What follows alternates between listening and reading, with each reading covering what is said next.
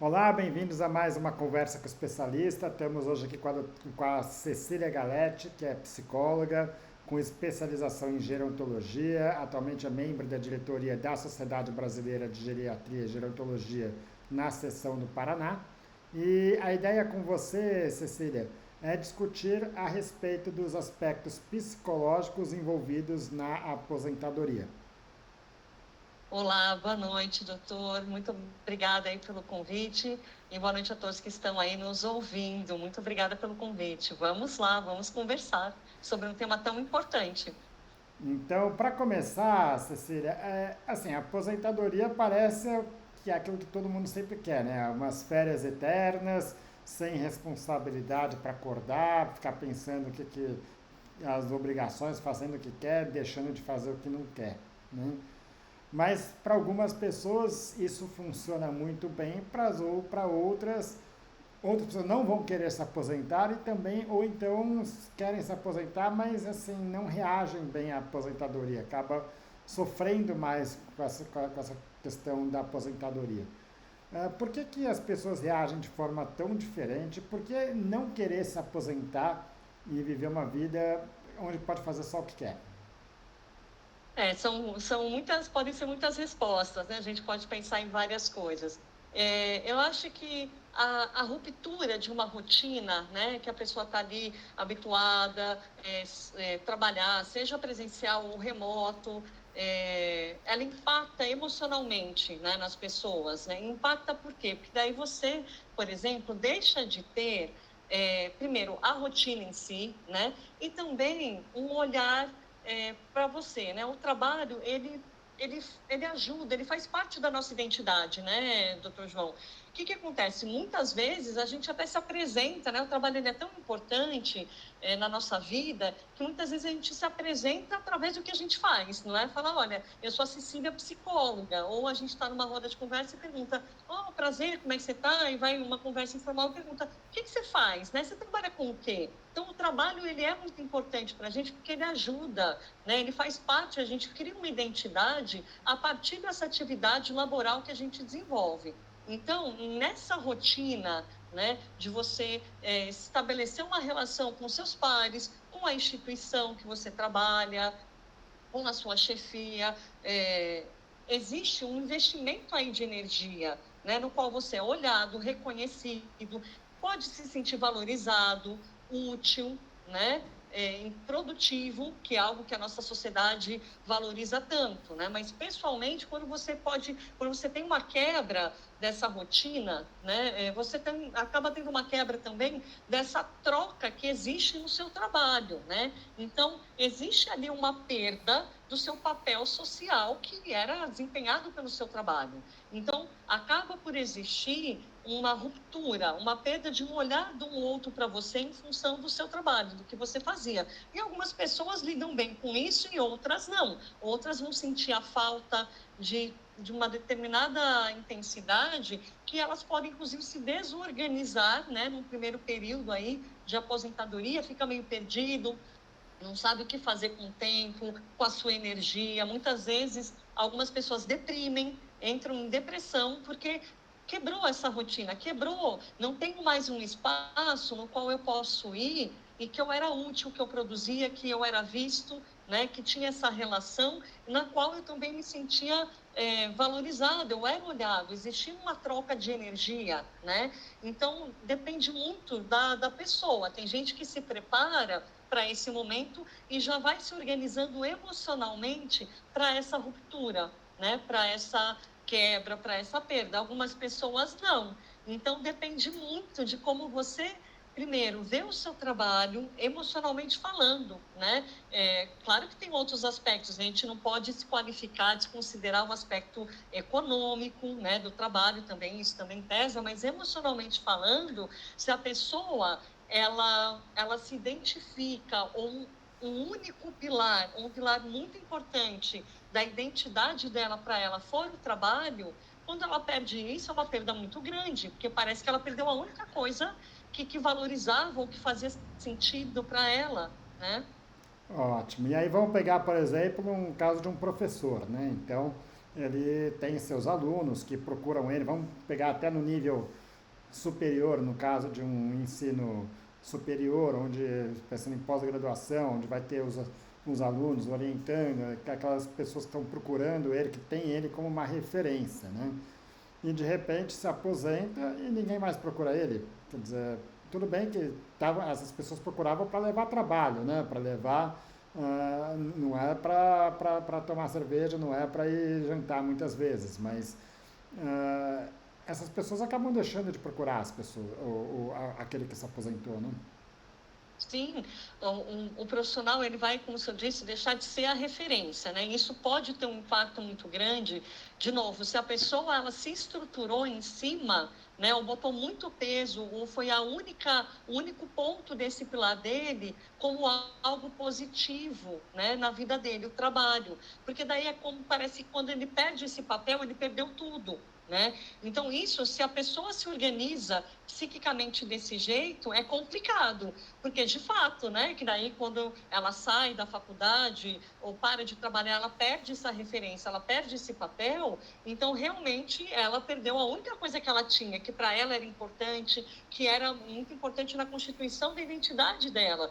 Por isso que é muito importante a gente sempre desenvolver e ter claro outros potenciais, outros papéis que a gente possa exercer na nossa vida, né? Então, eu não sou só a Cecília psicóloga, eu também poder desenvolver um hobby ou fazer parte de algum outro grupo, né? Fazer, por exemplo, aqui um trabalho voluntário, desempenhar outros papéis, né? Que façam sentido para mim, que isso vai me ajudar na hora que se eu perder, né? A hora que eu saio, que eu paro de trabalhar, né? Por opção ou não, né? Porque muitas pessoas se aposentam compulsoriamente. Às vezes a pessoa não quer se aposentar, mas precisa, né? Aí eu tenho outros papéis, eu tenho outras fontes que me fortalecem, né? Que dão sentido para a minha vida, que fazem parte aqui do meu eu, que me dão essa sustentação. Então, é importante olhar para isso e desenvolver esses outros papéis ao longo da vida, né? Ótimo, porque é justamente o que você falou, ao longo da vida, né? Porque muita gente pensa, bom, quando você se aposenta, você tem que arrumar uma atividade que ocupe seu tempo, então você não pode ficar sem fazer nada. Então, quando você se aposenta, vamos arrumar um hobby, vamos, enfim, arrumar alguma coisa em paralelo, ou até um trabalho, mas um outro tipo de trabalho, onde talvez você não tenha tanta obrigação, tanta aquela coisa de precisa levar o dinheiro para casa, né? Uma coisa um pouco mais light. Agora, isso dá certo você se aposentar e ir atrás de alguma coisa, ou isso é uma coisa que de fato tem que ir vindo ao longo do tempo? Olha, funciona dos dois jeitos, né? É claro que se você trabalhar isso ao longo do tempo, essa fase de transição, né, da sua saída da vida laboral para a fase da aposentadoria, ela vai ficando mais suave, parece que ela fica menos traumática, né, nesse sentido. Mas também funciona se a pessoa espera se aposentar para daí descobrir o que de repente ela gosta de fazer, porque às vezes as pessoas não tiveram tempo na vida para poder olhar para si mesmas e falar o que eu gosto de fazer. Né? O que poderia ser um hobby para mim viável? Às vezes não dá, né? É o trabalho, a necessidade de botar comida na mesa, cuidar da família, às vezes não dá tempo. Então, funcionar também funciona, mas vai de uma forma um pouco mais conturbada e corre-se mais o risco, né? Se você não se prepara antes, você tem mais chance, sim, de não conseguir se organizar bem emocionalmente, psiquicamente, para se achar, né? Para achar uma nova forma de usar o seu tempo, os seus talentos, e você corre mais risco de repente, se envolver aí uma depressão, uma ansiedade, porque a pessoa fica perdida, pode ficar perdida, né, nesse ínterim. Então, funciona, mas aí você aumenta a chance da coisa ser um pouco mais tumultuada e desenvolver mesmo algum sintoma, um quadro de depressão ou ansiedade. Agora, muitas pessoas não vão pensar na aposentadoria antes da aposentadoria, não vão mudar a rotina antes. E aí, bom, se aposentou, agora tem um tempo para baixar a poeira, para se acostumar com essa nova situação, até pensar em qual o sentido que vai dar para aquela vida de aposentado, né? Agora, tem gente que faz isso, vamos dizer, em pouco tempo. Tem gente que fica aí, às vezes, anos, num processo que ela está bem ali, talvez sem um hobby, sem alguma coisa fixa, então obviamente que vai ter o lazer dela, tudo, mas sem aquela coisa de rotina, né? Essa ausência de rotina, ela é ruim para todo mundo? Ou tem gente que, vamos dizer, precisa forçar os pais aí, vamos dizer, os filhos dessas pessoas que se aposentaram, precisa ficar forçando os pais, ó, você precisa ter alguma atividade, você precisa ter uma rotina, ou não, olha, se ela está bem daquele jeito, é o jeito dela e ótimo, vamos respeitar isso. Eu acho que a gente tem que respeitar isso desde que a pessoa de fato esteja bem, né?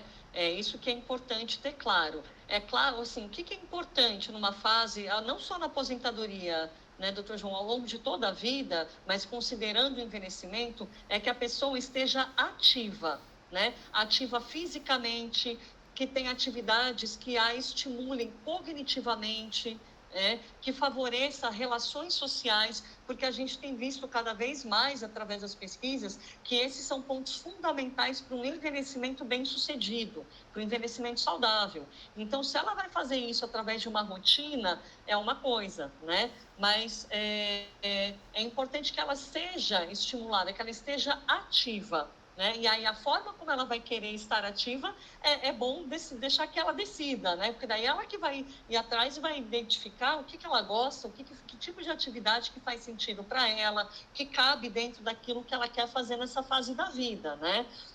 Então, de repente, não precisa ser uma rotina fixa, rígida, na verdade, mas você tem alguns compromissos, né? A gente vê que funciona melhor para algumas pessoas. Outras ficam super bem sem rotina, como o senhor mesmo colocou, mas algumas pessoas faz a diferença ela ter uma rotina no seguinte sentido, porque a gente tem visto que às vezes essa rotina pode estar muito ligada a um propósito de vida, né? Porque daí, se a pessoa tem um propósito de acordar em tal horário para fazer sua atividade física ou para fazer a aula de piano, porque aquilo é algo que ela gosta, a gente percebe que isso traz mais sentido de vida para ela, mais realização e mais saúde, né, de uma forma geral. Então, acho que é importante ter claro isso. Às vezes, a rotina para a pessoa, ela pode ajudar a organizar pessoas que têm mais dificuldade em alguns pontos, mas tem gente que fica bem, né, sem uma rotina. Mas o importante é ter propósito de vida e sempre estar ativo. Eu acho que essa é a mensagem principal.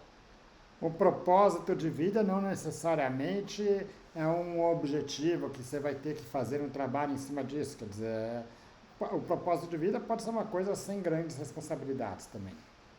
Pode, né? Pode. A gente fala de uma forma mais concreta, propósito de vida, né? Que é algo que faz o teu olho brilhar, é algo que traz sentido para a sua vida, mas esse propósito, na verdade, ele está ligado a alcançar um objetivo, né? E esse objetivo pode ser a curto prazo, médio prazo, ele pode estar ligado a um trabalho mais moldado, assim, né? Uma rotina mais fixa ou não, aí depende do seu propósito. Mas a ideia é que esse propósito, que esse objetivo motive a pessoa, né, para que ela possa levantar todo dia da cama e viver o seu dia de uma forma bacana, plena, né? Isso pode estar ligado a um trabalho ou não. Muitas pessoas, doutor João, mesmo aposentados oficialmente, optam por continuar trabalhando, às vezes na informalidade, porque o trabalho que ela fazia dava sentido para ela, né? Ela se identificava, trazia um prazer para ela desenvolver aquele trabalho.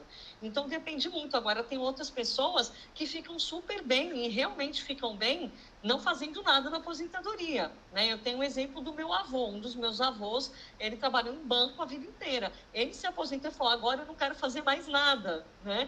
E ele não fez mais nada, ele levantava lá no horário dele, ele gostava muito de viajar, pegar o carro e viajar, e foi isso que ele fez. E estava super bem assim. Então, depende muito de cada pessoa, né? Ótimo, ótimo.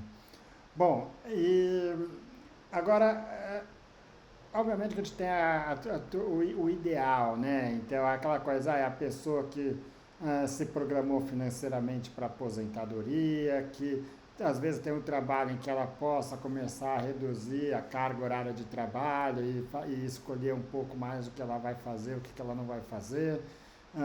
Enfim, mas nem todo mundo tem essa possibilidade, né? Ah, essas pessoas que. Isso daí tem uma relação necessariamente com o tipo de trabalho, com o cargo, por exemplo, se é um cargo de maior nível hierárquico, menor nível hierárquico, se é uma pessoa. Enfim, o que que faz aquela pessoa que gosta do trabalho, uma pessoa que gosta menos do trabalho. Necessariamente aquela pessoa que gosta do trabalho vai sofrer de parar de trabalhar e a pessoa que não gosta tanto do trabalho vai se dar bem com a aposentadoria? Não necessariamente, né? Às vezes, mesmo uma pessoa que gosta muito do seu trabalho, como ela consegue identificar e praticar outras atividades que também podem dar prazer para ela, e ela pode ir deslocando, né, esse prazer que ela tem no trabalho com outras atividades, então não necessariamente ela vai sofrer, né? Desde que ela consiga fazer essa transposição, essa ressignificação, tá? Aí, e mesmo uma pessoa que às vezes não gosta do seu trabalho, ele pode sofrer com a aposentadoria, porque às vezes mesmo não gostando do trabalho, né, foi o que eu falei no começo, a rotina, o estabelecimento de conexões das relações humanas que envolvem muitas vezes os trabalhos, né, é uma fonte de gratificação, a relação que em si, não necessariamente o próprio trabalho, né? Então, não tem muito não tá diretamente ligado com o prazer que o trabalho pode te dar ou não, mas sim com a natureza do trabalho, né? Sendo mais específica, com a natureza do trabalho, mas sim com o que ela pode ter fora. Então, às vezes é um trabalho que você nem gosta, mas quando você para de trabalhar em casa ou na sua rotina, você vai ter menos investimento, né, de energia, de reconhecimento a você, a sua pessoa, do que você tinha naquele trabalho que você não gostava. Então, a pessoa pode sentir falta disso. E aí é importante que ela possa buscar essa relação social, esse reconhecimento em outras atividades, em outras relações. Ótimo. Uma outra coisa que a aposentadoria muitas vezes acaba afetando é a relação familiar, né? A gente sabe que o mundo atual mudou muito, né? A ideia do empoderamento feminino, né, está levando muitas mulheres ao mercado de trabalho. Então, as famílias que muitas vezes tinha aquela coisa clássica do homem trabalhar, a mulher cuidar da casa, cuidar da família, atualmente não é mais a regra, né? E muitas vezes essas filhas, esses filhos que antes tinham uma estrutura para cuidar da família em casa, bom, agora meu pai se aposentou, quem vai buscar as crianças na escola vai ser ele, quando o filho está doente é ele que vai cuidar, ou seja, acaba sendo, dando essa função para os pais que nem sempre escolheram por isso, né? E aí é aquela coisa, cuidar do neto é mais importante do que fazer uma aula de piano? Essa é uma excelente pergunta, né? Ela é tão importante quanto, desde que o vô queira estar ali com o neto, ou desde que o vô também perceba que para ele é importante ajudar o filho ou a filha cuidando daquele neto, né? Então é tão importante quanto. Se a aula de piano é super importante para ele, porque é uma coisa que de repente a gente ouve muito isso no consultório, né? As pessoas aproveitam, nem todo mundo tem a chance, mas aproveita fazer na aposentadoria coisas que não puderam fazer ao longo da vida, porque não tiveram tempo, ou porque não tinham condições financeiras. Então, se a aula de piano é importante para ele, cuidar do neto vai ser tão importante desde que isso faça sentido para ele, desde que também seja algo prazeroso, mas que traga um sentido, que seja algo mais consciente. Se for uma escolha dele, né? Você falou, olha, tem gente que não escolhe. E aí, nesses casos que a pessoa não escolhe, é importante ter uma conversa muito honesta e aberta com a família, né? Com os filhos, de falar, olha, eu não quero, ou eu não dou conta de cuidar deste jeito, eu posso ajudar de uma outra forma, com menos tempo ou com outras tarefas, né? E continuar participando, sim, da família, porque desse cuidado, que é uma forma até da pessoa, às vezes, se sentir útil, né? Continuar ali produtivo de alguma forma, mas desde que respeite o ritmo e o desejo e as condições desse idoso. Ótimo. Vamos dizer, se é uma coisa pontual, ocasional, eu acho que isso faz parte e, obviamente, que é uma coisa que se espera que os avós ajudem numa necessidade. Agora, se essa necessidade começa a acontecer toda semana, se os imprevistos são semanais, aí é de que alguma coisa, ou talvez uma conversa precise ser melhor, feita melhor se aquilo lá não estiver sendo do agrado desse voo. Exatamente, exatamente, né? Eu acho que é conversar, é bem isso, você colocou muito bem, é isso. Se é para virar uma rotina, se o imprevisto virou semanal, primeiro precisa perguntar se o idoso, se a idosa quer, se ela realmente dá conta, né, de fazer aquilo que eles estão pedindo que seja feito, conta fisicamente, emocionalmente falando, né? E a partir daí, ir ajustando essa ajuda que esse idoso, vô ou vó, pode oferecer para o seu neto e para os seus filhos, né? Mas também respeitar caso ele fale, eu não quero, né? Eu quero fazer minha aula de piano, ou eu quero ficar em casa sem fazer nada. Então é importante essa conversa. Legal. Bom, para fechar aqui, Cecília, assim, a gente tem aí todas as situações ideais, né? E na prática a gente sabe que isso nem sempre é real, né? Um dos pontos principais está ligado até ao lado financeiro, né? Então, nem todas as pessoas conseguem, ah, vamos dizer, através do seu trabalho, ganhar uma independência financeira que permite ele viver a aposentadoria de uma forma plena ou, tudo bem, sem grandes perdas, né? E aí muita gente começa a estar trabalhando às vezes até 70, 80 anos, 80, mais de 80 anos, com aquela ideia de que, olha, eu não consigo, eu não posso me aposentar porque eu dependo do meu trabalho para levar o dinheiro para casa. Agora, às vezes é difícil saber esse limite, né? Porque obviamente que qualquer pessoa que se aposenta, ela tem, grande maioria das pessoas, uma perda financeira que talvez vai ter que ter um pouquinho mais de restrição. Agora, isso não acaba levando muitas vezes as pessoas que talvez pudesse diminuir um pouco as coisas e falar, bom, acho que já deu, já chegou a hora. Quer dizer, o trabalho nessa idade contra a vontade, ou contra o prazer, por obrigação, o que pode fazer nesses casos? Que pergunta difícil, né? Sim, E às vezes, eu penso que essa é a realidade de uma boa parcela aí da nossa população, né? As pessoas que precisam trabalhar e não necessariamente estão até em condições, né, de continuar nesse trabalho. Muito, a gente vê isso muito no mercado mais informal, né, digamos assim. O que a gente dentro da psicologia pode oferecer seria trabalhar, né, fazer com que essa pessoa possa olhar e realmente verificar, né? Como você falou, será que às vezes é difícil ver um limite, né? Será que realmente não seria melhor fazer com que ela possa entender o que realmente está pesando? Se é fazer uma restrição e restringir o que financeiramente, né? A gente não está falando aqui de coisas básicas como comida, casa, né? Mas restringir o quê? Será que ela não está buscando, num movimento desse, se ela tem uma dificuldade de restringir algumas coisas para poder se aposentar? Será que então que ela não está buscando um reconhecimento que às vezes ela nem percebe que é isso que ela está buscando? Eu acho que essa seria a pergunta a ser feita, né? E ser trabalhada com uma pessoa que tem um perfil como esse. De repente, inconscientemente, a pessoa não está percebendo que o que ela busca, né, é um reconhecimento, é uma valorização. Porque, às vezes, mesmo sendo um trabalho, de novo, que não dá prazer, que pode ser desgastante, ela pode usar esse discurso, né, que, no fundo, é um pano de fundo.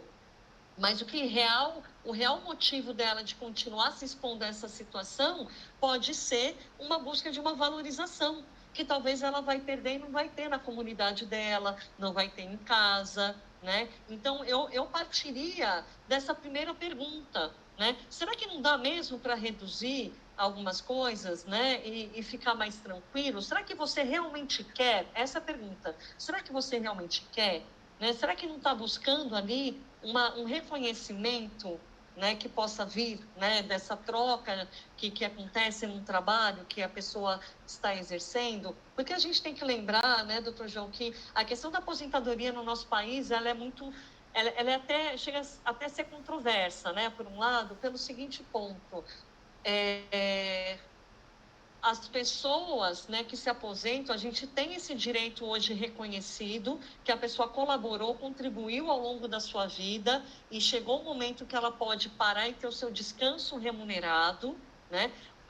Mas a gente vive numa sociedade que cobra e exige produtividade, né? A gente vive numa sociedade que cultua o jovem, cultua a indobele, cultua essa produtividade cada vez mais. Hoje em dia, com a internet, com essas coisas, tudo muito rápido, né? Cada vez mais produtividade. E o idoso, ele vai na contramão disso, né? A gente vai ficando, a nossa tendência, né, pelo próprio processo aí de envelhecimento normal, é que a gente vai diminuindo o ritmo e que daí, se a gente quiser, a gente pode parar e ter o direito, né, usufruir desse direito do meu descanso remunerado, né?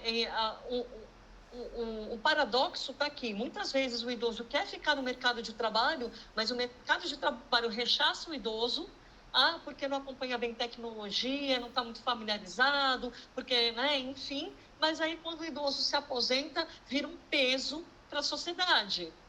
Então, é um assunto emocionalmente, psicologicamente falando, delicado e controverso, porque daí, se eu paro de trabalhar, eu posso ser visto como um peso, né? Agora, se eu me mantenho no mercado de trabalho, talvez eu não seja tão valorizado assim, percebe? Claro. É um assunto bem delicado que a gente precisa conversar bastante aí para